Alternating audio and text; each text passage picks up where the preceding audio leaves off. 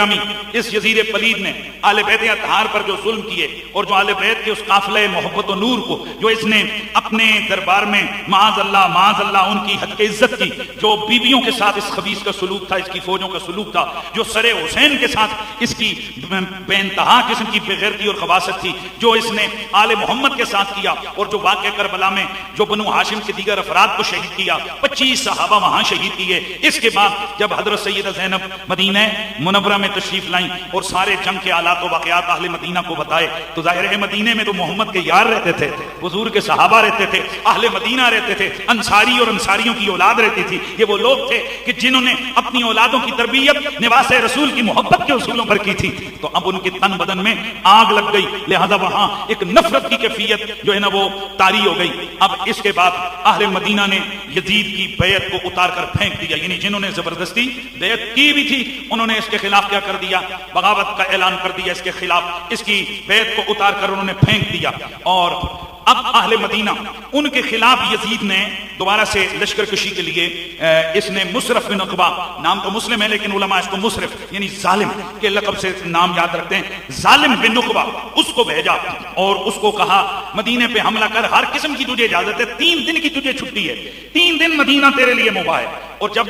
کوئی جرنیل یا حاکم کسی شہر کو کسی حوالے سے مباح کرتا تھا تو اس کا مطلب یہ ہوتا تھا کہ جو مرضی فوجی کرے، چاہے کوئی چیز اٹھا لے، کسی کو قتل کر دے، عورت کو لے لے، بچے کو لے لے، چاہے تو کسی عورت کی عزت لوٹ لے، اس کے لیے کیا ہے بالکل کھلی چھٹی۔ تو حضرات توجہ ہے سب کی، یہ ظالم بدبخت خبیث کمینہ جہنمیوں کا سردار یہ یزید لعنتی یہ کس شہر کے اندر اباحت کا حکم دے رہا ہے؟ شہر مدینہ، وہ مدینہ کے میرے رسول نے فرمایا 70,000 فرشتے صبح اور 70,000 شام اس مدینہ منورہ کے اندر آتے ہیں، روضہ رسول پر آتے ہیں اور حضور کی بارگاہ میں کیا کرتے ہیں؟ سلام کرتے ہیں۔ وہ شہر مدینہ کے جہاں دجال بھی داخل نہیں ہو سکے گا، عظمت ہے حرم مدینہ، میرے رسول کا حرم۔ یزیدی فوجوں نے حملہ کیا مدینہ منورہ پر اور 10,000 کے قریب لوگ شہید ہو گئے، جن میں جلیل القدر بعض صحابہ، جن میں حضرت عبداللہ بن حنزلہ غسیل الملائکہ کے بیٹے، حارث بن عبداللہ بن کعب انصاری، معاذ بن حارث انصاری، یہ غزوہ خندق انہوں نے لڑی تھی، حضرت عبداللہ بن زید بن عاصم، حضرت عبد الرحمن بن ابی حاتم، حضرت عبد الرحمن بن ابی قتادہ، حضرت معقل بن سنان اشجعی، حضرت واسع بن حبان، حضرت سعد بن حبان، حضرت حبیب بن ابو الیسر اور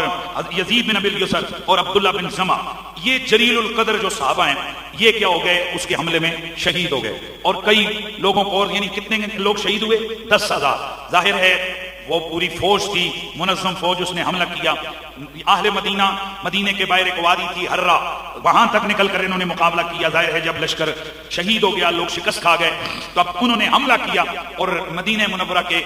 در و دیوار پر استغفر اللہ مدینے میں لوٹ مچا دی، عورتوں کے ساتھ بدسلوکیاں کی اور ناجائز معاذ اللہ ثم معاذ اللہ عورتوں کی عصمت دری ہوئی، اور 10,000 کے قریب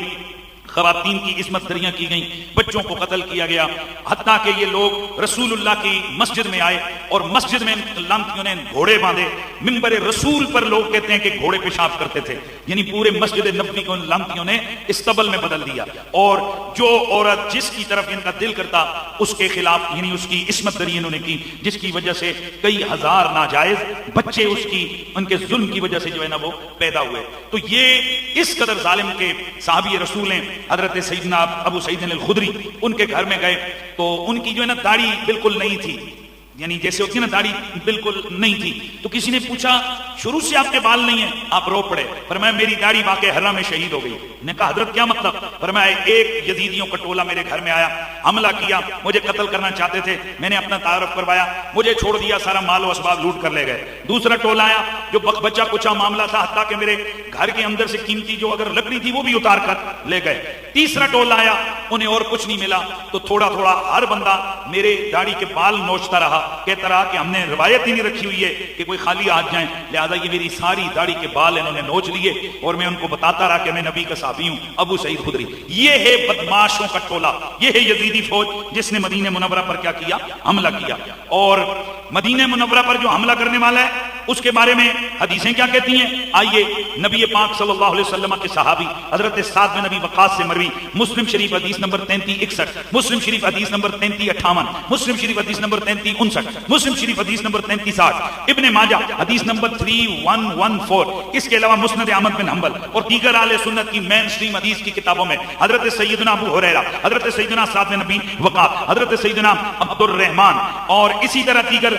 اور صحابہ سے مروی حدیث ہے، رسول اللہ صلی اللہ علیہ وسلم نے فرمایا من اراد اہل المدینہ بسوء عذابہ اللہ کما یذوب الملح فی الماء۔ دوسری روایت ابن حبان میں ہے من اخاف اہل المدینہ اخافہ اللہ یوم القیامہ وعلیہ لعنۃ اللہ وغضبہ، فرمایا جس نے مدینے والوں کو خوف میں مبتلا کیا اللہ اسے خوف میں مبتلا کرے گا قیامت والے دن، اور اس پر اللہ کی لعنت ہوگی اور اللہ کا غضب ہوگا۔ حضرت عبادہ بن صامت سے مروی ایک حدیث ہے، اللہ کے نبی نے فرمایا من اخاف اہل المدینہ ظلما اخافہ اللہ، جس نے مدینے والوں کو ظلم کرتے ہوئے خوف میں مبتلا کیا اللہ اسے خوف میں مبتلا کرے گا، وعلیہ لعنت اللہ، اس پر اللہ کی بھی لعنت، والملائکۃ والناس اجمعین، اس پر فرشتوں کی بھی لعنت اور اس پر تمام انسانوں کی بھی لعنت۔ لا يقبل اللہ منہ یوم القیامت صرفا ولا عدلا، قیامت والے دن اللہ اس سے نہ فرضی عبادت قبول کرے گا اور نہ اس کی نفلی عبادت قبول کرے گا۔ اور اب وہ جو میں نے پہلے حدیث آپ کے سامنے پہلے نمبر پر حضرت سعد بن نبی وقاص کی روایت پڑھی تھی، اس کا ترجمہ حضور نے فرمایا من اراد اہل المدینہ بسوء، جس نے مدینے والوں کے ساتھ برائی کا ارادہ کیا عذابہ اللہ کما یذوب الملح فی الماء، یہ مسلم کی حدیث ہے، حضور نے فرمایا اللہ اسے اس طرح سے گلا دے گا جیسے نمک پانی میں گل جاتا ہے، جیسے نمک پانی میں گل جاتا ہے پگھل جاتا ہے، اس طرح اللہ اس کو گلا دے گا۔ اب یہ احادیث آپ نے سن لی، تو ان میں اللہ کے نبی نے کیا فرمایا؟ جس نے مدینے والوں کو خوف میں مبتلا کیا، جس نے مدینے والوں کے ساتھ برائی کا او بھائی جان برائی کا ارادہ کیا، اور ایک میں جس نے مدینے والوں کو تنگ کیا، اس پر کیا ہے؟ اللہ کی بھی لعنت، فرشتوں کی بھی لعنت، تمام انسانوں کی بھی لعنت ہے۔ او بھائی جو تھوڑا سا خوف میں مبتلا کرے اس پر اللہ کی لعنت، فرشتوں کی لعنت، تمام انسانوں کی لعنت ہے۔ تو جو کتا مدینے کو 3 دنوں کے لیے فوج کے لیے مباح کرے اور وہاں فوج ظلم نہیں ظلم عظیم کا ارتکاب کرے، 10,000 لوگوں کو شہید کر دے، وہاں عورتوں کی عصمت دری کرے، مدینے کے در و دیوار کو گرا دے، لوگوں کے مکانوں کو آگ لگا دے، رسول کے منبر کی توہین کرے، نبی کی مسجد کی توہین کرے، اور سمت النجوم الاوالی کے اندر علامہ اسامی نے ایک واقعہ لکھا رونگٹے کھڑے کر دینے والا ہے۔ یہ یزیدی فوج کے کمانڈر نے جب کہا تمہارے لیے سب کچھ مباح ہے، تو درندوں کی طرح یہ فوجی پل پڑے، اور ایک درندے نے ایک لڑکی کو اٹھایا، اسے کوئی اور جگہ نہ ملی، وہ روضہ رسول کے اندر لے کر چلا گیا، وہاں بدکاری کی، اور پھر وہاں جو جسم کے ساتھ نکلنے والی گندگی اور نجاست تھی، جب دیکھا کہ کوئی چیز ایسی نہیں جس سے اسے صاف کیا جائے، قریب قرآن مجید کا نسخہ تھا، اس نے اس کے ورقے پھاڑ کر اس نجاست کو صاف کیا۔ یہ ہے ان کتوں کا باپ یزید، اور یہ ہے اس یزید کتے کے حرامی قسم کے خبیث قسم کے فوجی، اور یہ ہے ان کی بدماشی۔ تو اب بتائیے جو مدینے والوں کے ساتھ اتنا ظلم کریں ان کے لعنتی ہونے میں کوئی شک رہ جاتا ہے؟ بھائی بولتے جاؤ، لعنتی ہونے میں شک رہ جاتا ہے؟ یہی وجہ ہے امام مالک کہتے ہیں یزید لعنتی ہے، امام احمد بن حنبل کہتے ہیں یزید لعنتی ہے، امام ابو حنیفہ کہتے ہیں یزید لعنتی ہے، امام شافعی کہتے ہیں یزید لعنتی ہے، امام القیہ ہراسی کہتے ہیں یزید لعنتی ہے، مہربانی، امام ابن جوزی کہتے ہیں یزید، بولتے جائیے گا، امام ابن جوزی کہتے ہیں کہ یزید لعنتی ہے، اور اسی طرح تقریباً 150 سے زیادہ محدثین علماء ائمہ وہ بھی کیا کہتے ہیں؟ یزید لعنتی ہے۔ اور بریلی سے میرے امام کے بڑے بھائی کی بھی آواز آئی، انہوں نے تو سب کو لتاڑا، وہ کیا کہتے ہیں؟ آل پاک سے بے باقیاں گستاخیاں لعنت اللہ ہے علیکم دشمنان،